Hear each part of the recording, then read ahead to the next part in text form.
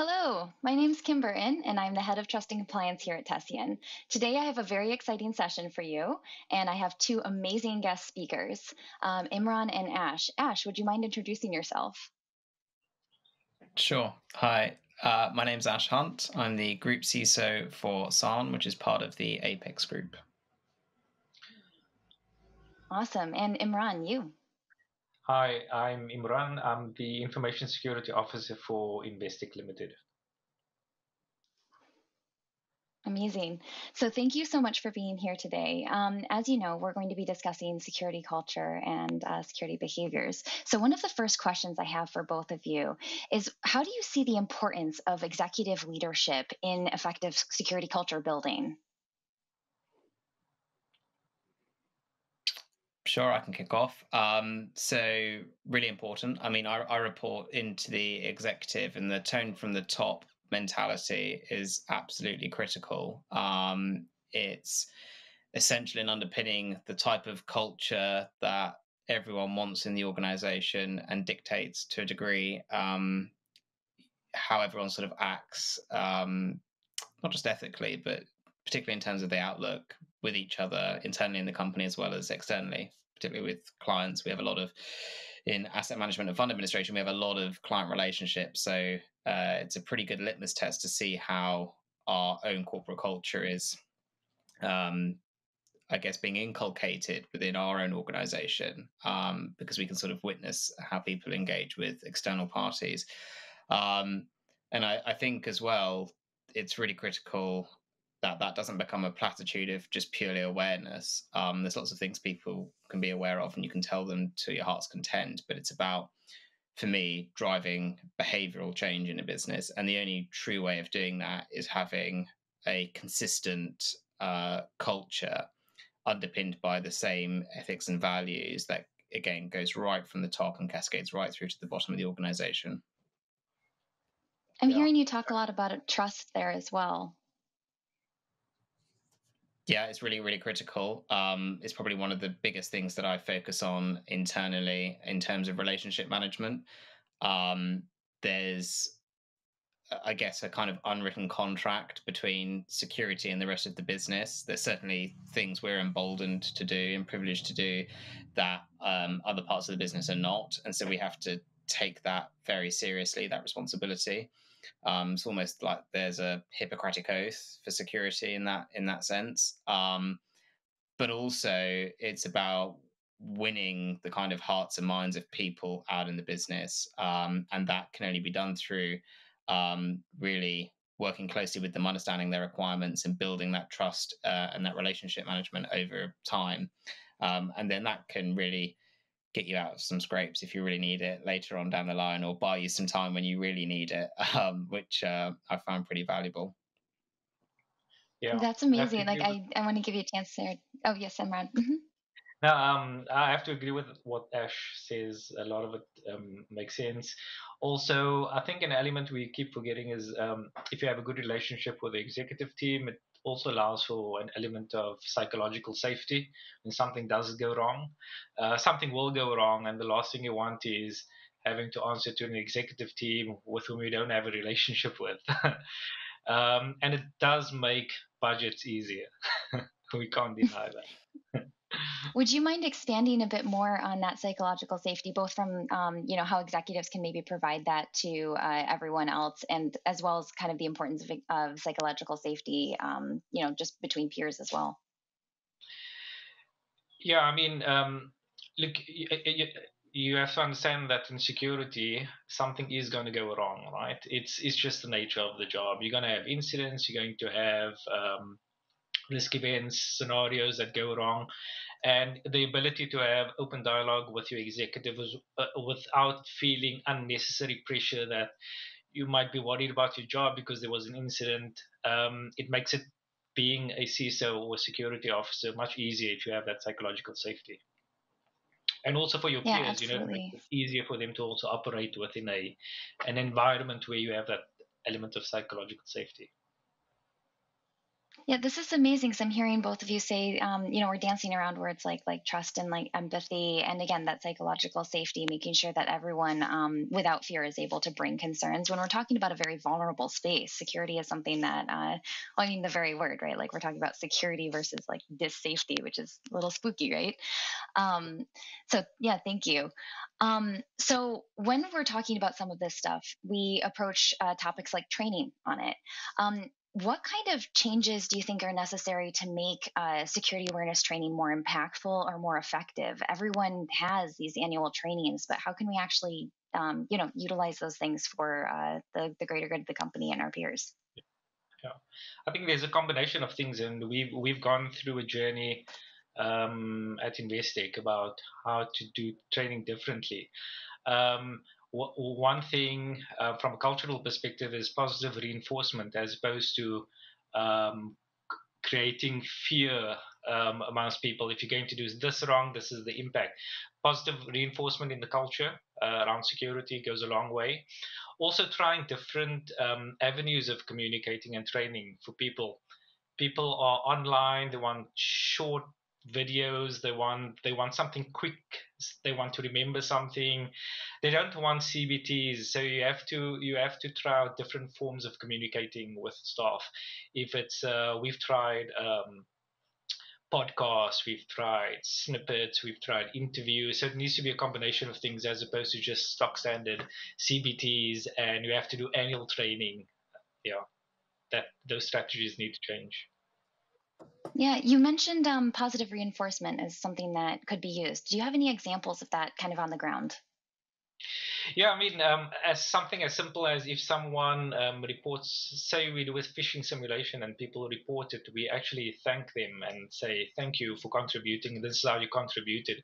If someone reports an incident, we actually call them up and tell them, thank you very much. You helped us recover from an incident or deal with an incident.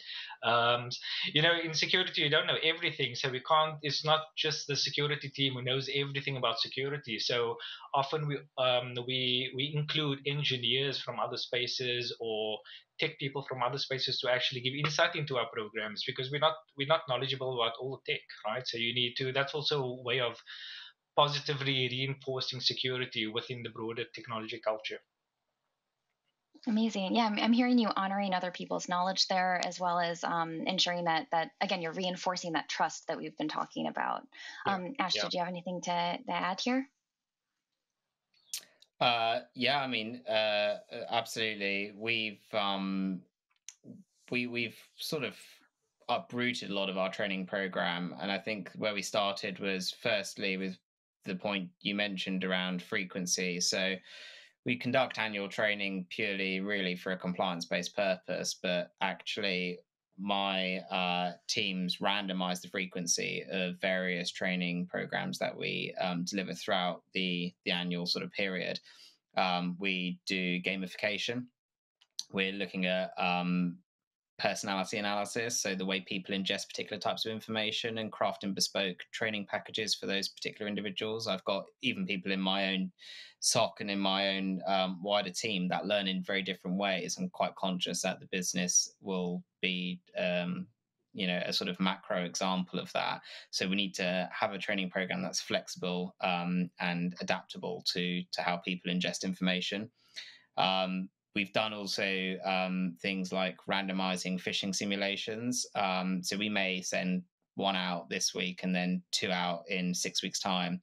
We're also segregating those simulations out into geographical regions and focusing on using local languages and media to stress test the social engineering sort of defenses of those user groups across the business.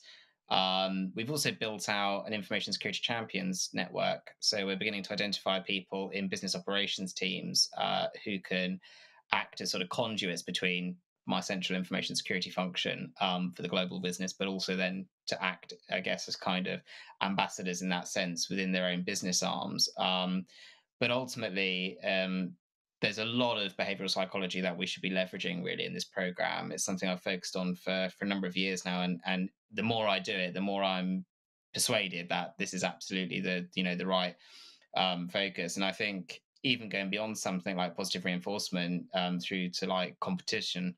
So we're working on building out global league tables for phishing identification, because countries, particularly in our structure, are very competitive. They like to outdo one another. So we try and harness that and play on that, and that's really borne some good results so far. There's a lot more to do, and we're still at the very embryonic stages of a lot of that. But I think, yeah, to Imran's point, right, this is absolutely the kind of direction that we need to be looking at as sort of ISOs and CISOs moving forward. Yeah, Kim, another thing we've with that, tried out. Sorry, Kim. Another thing we've tried out is storytelling. People love to hear stories, and it's a huge part of Investix culture. Also, storytelling. As soon as you tell a story, people are intrigued, and they learn from the story. So that's been a great strategy for us. Absolutely. Definitely in my own experience too, when we have anecdotes to provide to people, one of the most exciting things is when we see peers sharing those stories with each other. Like they'll hear it in training, and then you'll hear it in passing as you're moving through the office, someone relating the story to someone else. Yeah, so when we're talking about things like some of the behavioral psychology and such, we've definitely heard a lot more about how phishing simulations can kind of go wrong, right? Where people might feel attacked or harmed by the way that the security team is approaching problems like that. Do either of you have any thoughts on how we can continue to position ourselves as, friends and like proper coworkers instead of accidental adversaries in these kinds of simulations? I think one of the ways we've changed it over the last 3 years is um, a lot of phishing. When phishing simulations started, it was cool to try to catch people out. I think that's what everyone was doing. We've moved to trying to teach. We tell people the reason we do phishing simulations to try to teach you, and we work with our incident response team to actually look at the latest phishing attacks, and we roll those out to teach people actually. And it's once again coming back to positive reinforcement as opposed to telling people, "Oh, you failed a phishing simulation," which isn't the point of it. Yeah, I mean, I think, without or at risk of being pithy, one, don't tell them. So I, even if people fail their phishing training or a simulation, we won't ever tell them which one of those emails it was, um, and for a good reason, because they then try and outwit my team's training program. So one of the things that we also do is, like I alluded to in the previous point I was making, is we are trying to chop up and diversify the frequency, the content distribution, every aspect of the phishing simulation training program, to basically enhance the randomization so that it reflects not only the TTPs like Imran was alluding to, right, the actual type of phishing attacks and techniques that are being leveraged, but also to give a realistic indicator of what's actually going to face our end users. So I mentioned around geographical locations, there are some which are far more prone to particular types of phishing than others. And it's important that those local users, depending on which country your emails are being trafficked through, where our servers are, etc., it's important that they experience that and learn how to defend it. I think looking at some of the social engineering attacks that my organization has faced, and some of them have been highly sophisticated, they need to be equipped well beyond checking if a URL is spelt correctly, or if there are any Cyrillic letters in the email. This is now going far beyond that. So it plays a really important role, but you don't want to roll out the program simply to pillar your users in the business. It's about it's like muscle training. It's about building up a kind of almost inherent response of how you treat all emails, and a kind of check and balance that you want to just get as part of a common behavior, I think. I also love what you were saying as it relates just to the security team itself. We were also providing a measurement for them, and it's an egoless measurement, where people don't necessarily know that they've been phished or not, but that's okay because your team is ingesting the information that they need to improve themselves, and that's really what's important. Whereas the end user, like they get that practice without that shame and without that kind of horror of looking off to your other coworkers. Yeah. So I think One just of the there's a really important point. Sorry, I was going to mention literally the point around measurement, because this is just my one piece of guidance that I'm constantly up against, which is um, a lot of organizations and particularly vendors are obsessed about measuring click rate, and that seems to form the basis of their phishing simulation programs. And it is the worst metric you could possibly be taking, because if you're crafting your program effectively, your click rate should be pretty volatile. And I'll give a good example. I go to my SOC most weeks, and we work on crafting some really niche types of phishing simulations. Like, we've just gone through a major merger, and so that kind of social engineering is rife at the moment on our external threat landscape. So we work on crafting particular emails that mimic those TTPs being leveraged. Now, if I was to measure the click rate for a purely compliance-based requirement, well, you'd see it go through the roof compared to some of the other months, and therefore it's not a reliable metric by way of risk reduction. It's a compliance metric, and I think people often confuse it with a metric measuring the reduction in loss exposure, which I don't think it does. Yeah. I cannot be in more vehement agreement here. So thank you. All right. So in our last couple of minutes here, I've just got one more question. We've talked a lot about how we can include engineers, and you mentioned, Ash, some of your other folks, again, just involving them in the security program. How can you continue to empower end users to become part of that solution, and have them really take that responsibility of recognizing their part in the security posture of the organization, everyone part of the security team? I think one of the strategies we've implemented is looking at tools to help guide staff through security decisions. I think you guys have quite a good module in your Defender. That's one of the tools. We've also implemented endpoint tools around. So when something happens, you actually interact with the staff member there and you tell them, are you correct in making this decision or not? So that's definitely part of the journey we're going, helping staff make security decisions through their business as usual processes. Love it. I think it's Imran's absolutely spot on there, which is make the end user's life easy. And I think it's a really interesting title for this session, because I don't think security is everyone's responsibility. There's just no realistic scenario where everyone is going to care about security 24/7. Now, nor can it be purely siloed to my security operations center or my information security function. Okay, so what we have to do is work really in lockstep with the business to understand how they work, how they operate, what motivates them, and then craft our security controls, or in this case, a training and behavior change program, to sort of sit alongside that and at the very heart of it, so that they don't notice it's there, but over time naturally become security driven individuals, even if they don't know it. I think the whole idea that you can create the whole organization as an information security function, or create millions of ISOs and CISOs, is just nonsense. At the end of the day, Imran's spot on, which is that I work very closely on creating one single form of communication channel. So if they know there's an incident, they know exactly where they're going. They're pipelined right to the right contact center. They know what to do.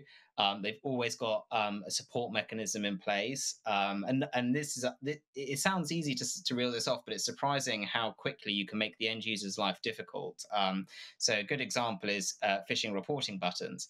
Microsoft has one. Your secure email gateway provider might have one. Tessian has one. So over time, I was sat back thinking, right, so if I'm an end user, which one am I sending it to? And then I'm looking at the measurements from our side thinking, okay, are we aggregating all of those? Are we normalizing the data analysis? No, we're not. So, okay, I'm going to start taking away all of your phishing reporting buttons except for one. And so then you can make a media campaign around that as the sole mechanism for reporting. So I think it's really about understanding the motivations and behaviors of your business and your users in the business, and working with them to craft something that's inherently natural to the way in which they work. And I think that will be the greatest success criteria for driving behavior change in security. Yeah. Ash makes a good point also, just creating an avenue for staff to reach out to the security team. You don't want to be the security team that just approves things in the corner, sitting in a corner somewhere. You need to create open dialogue, make it easy for them to actually reach out to the security team, debate issues, debate policies, and any user, right? I mean, sometimes you implement a control and you don't know the impact to someone just trying to do their day job. They need a way to actually call you up and chat to you and tell them you're making their lives difficult. And as one of my peers always say, you think you're only impacting one staff of maybe 10,000, but it's one staff member, they can't do their job. That's the reality. Thank you so much. I think we have such a full session here. I really appreciate both of you coming on, and thank you for keeping the human in the human first part of security. Thanks, Kim, for having us. Thank you. Yeah, cheers. Cheers.